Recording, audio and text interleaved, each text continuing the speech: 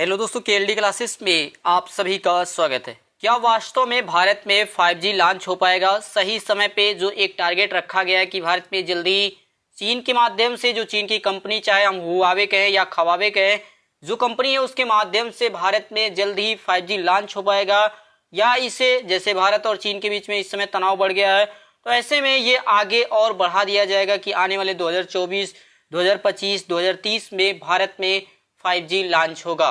भारत सरकार ने भले ही 59 चीनी ऐप पर प्रतिबंध लगा दिया हो, भले ही चीनी कंपनियों को हाईवे प्रोजेक्ट में एंट्री पर रोक लगा दिया हो, लेकिन पूरी दुनिया के साथ साथ भारत को भी जानकारी है कि 5G नेटवर्क को टेक्नोलॉजी उपलब्ध कराने वाली जो चीनी आईटी कंपनी ह्वावे है, वही एकमात्र कंपनी है जो पूरी दुनिया को एक साथ 5G टेक्नोलॉजी दे सकती है, जो भारत देश को भी महत्वाकांक्षी 5G प्रोजेक्ट में सहयोग करने के लिए पूरी तरह से तैयार है। सबसे पहले और सबसे बड़ा सवाल है कि क्या टूट जाएगा भारत का 5G नेटवर्क का सपना? क्योंकि भारत और चीन के बीच में विवाद दिन पर दिन प्रतिदिन बढ़ ही रहा है, तो ऐसे में सबसे बड़ा संकट इसी के ऊपर होगा। और आप देख रहे हैं कि भारत में जैसे भारत सरकार ने 59 चीनी ऐप को बैन किया, उसके साथ साथ लग रहा है कि हम बाईकाट की ओर पहुंच रहे हैं, चाइना के सामानों को बाईकाट कर रहे हैं। तो ऐसे में क्या हम 5G जो कंपनियां हैं या जो 5G टेक्नोलॉजी हम लेना चाहते हैं चीन के माध्यम से, अलग देशों के माध्यम से, क्या उस पर भी हम बैन लगाकर आत्मनिर्भर भारत बनने की कोशिश करेंगे?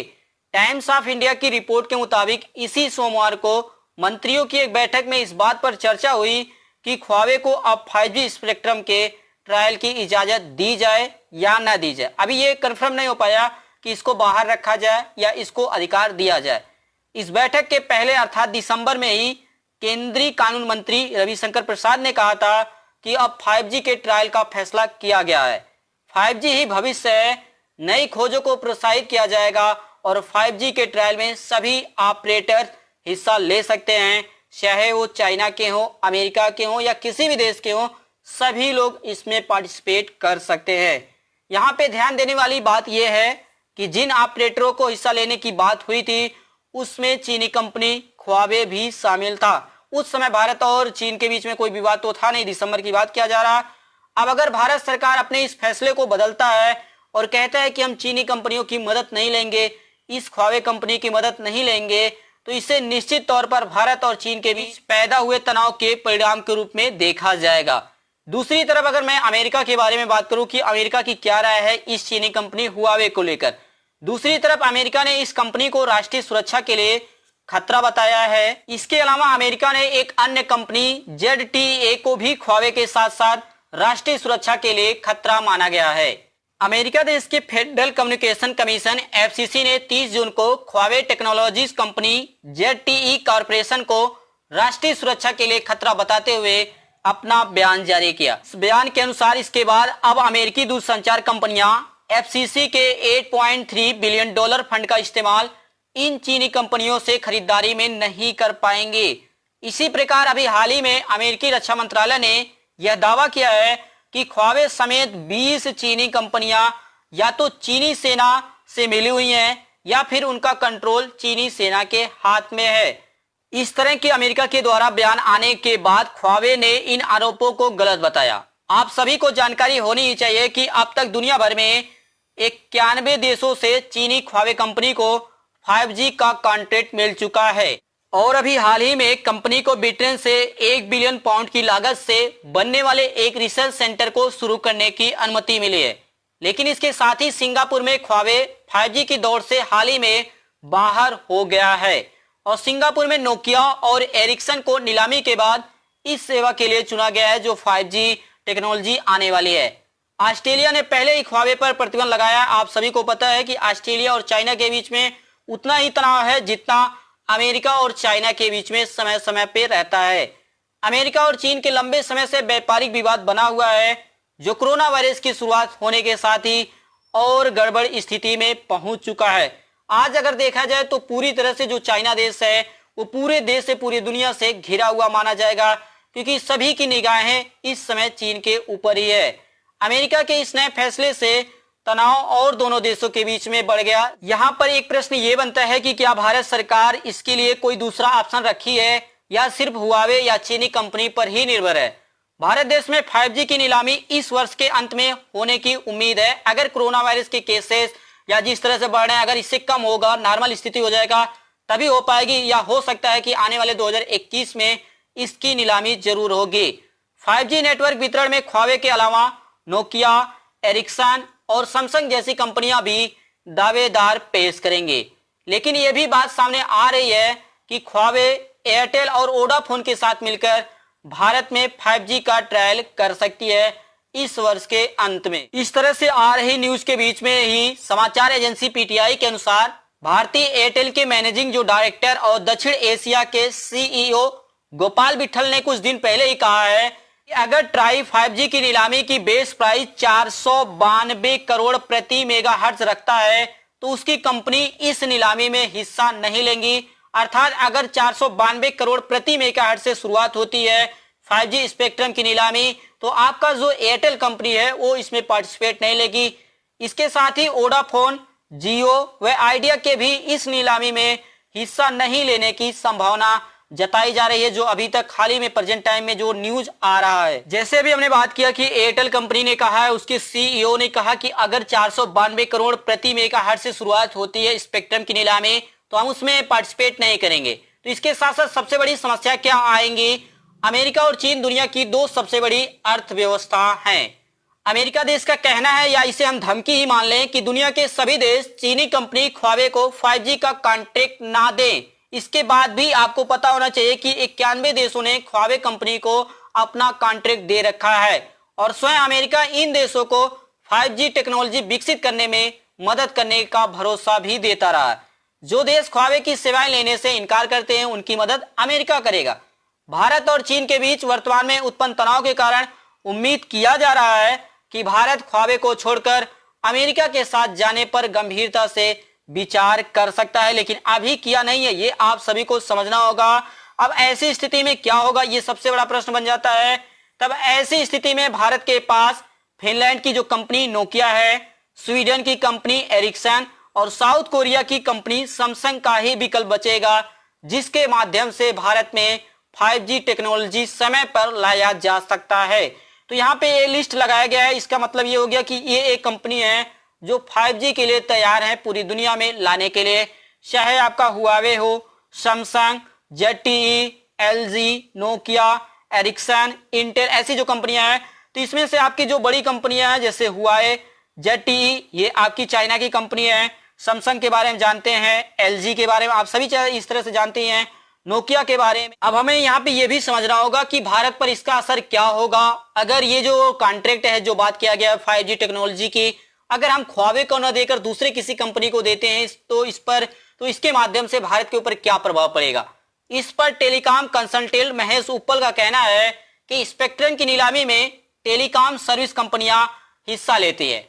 उसके बाद ये सर्विस कंपनियां ख्वावे, नोकिया या फिर एरिक्सन जैसी कंपनियों का तकनीकी का यूज करती हैं। ये कंपनियां अपनी तकनीकी सर्विस देने वाली कंपनियों को देती हैं, तो सीधे तौर पर ये तकनीकी मुहैया कराने वाली कंपनियां नीलामी का हिस्सा नहीं होती। अर्थात जो खरीदता है स्पेक्ट्रम को, जो खरीदता है वह सीधे सीधे जनता को या पूरे देश को कह सकते हैं कि वह जो सुविधाएं होती है, टेक्नोलॉजी, वो मुहैया नहीं कराती है, उसके लिए दूसरे लोग कराते हैं। अब ये इसे हम कुछ समझ पाएंगे आसानी से, आपको आसानी समझने में आएगा। लेकिन स्पेक्ट्रम की नीलामी में वोडाफोन, आइडिया और एयरटेल जैसी सर्विस कंपनियों की हिचक को देखते हुए क्या संभावनाएं बन पाएंगे।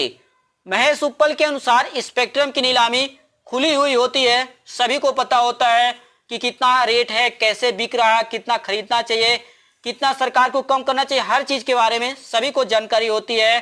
तकनीकी तौर पर इसमें नई कंपनियों को भी शामिल होने की इजाजत मिली होती है। लेकिन यहाँ पे ये समझना होगा कि जैसे जो बैन कर दिया जाएगा, जैसे भारत सरकार बैन कर देगी कि हुआवे है अब इसमें पार्टिसिपेट नहीं ले सकते, तो उसकी आप टेक्नोलॉजी यूज नहीं कर सकते। जैसे बताया गया कि मान लीजिए कल किसी वजह से ब्रिटिश टेलीकॉम या फिर जो डाइचे टेलीकॉम कंपनी है जैसी कंपनियां सर्विस देना चाहती हैं तो वे दे सकती हैं। अगर आपको वही समझना होगा कि वो इसमें पार्टिसिपेट नहीं करें, लेकिन बाद में इनको मन करा कि चलो भाई हम यहाँ पे फायदा हो रहा, भारत देश में हमको पैसा अधिक मिलेगा, हम अपनी सेवाएं दे सकते हैं। लेकिन ख्वावे पर प्रतिबंध लगा देने की स्थिति में सर्विस मुहैया कराने वाली कंपनियां तकनीकी के लिए उसका चयन नहीं कर पाएंगी, ना ही उसके प्रोडक्ट को यूज कर पाएंगी। छोटे से छोटे सामान भी आपको इसका यूज नहीं करना होगा।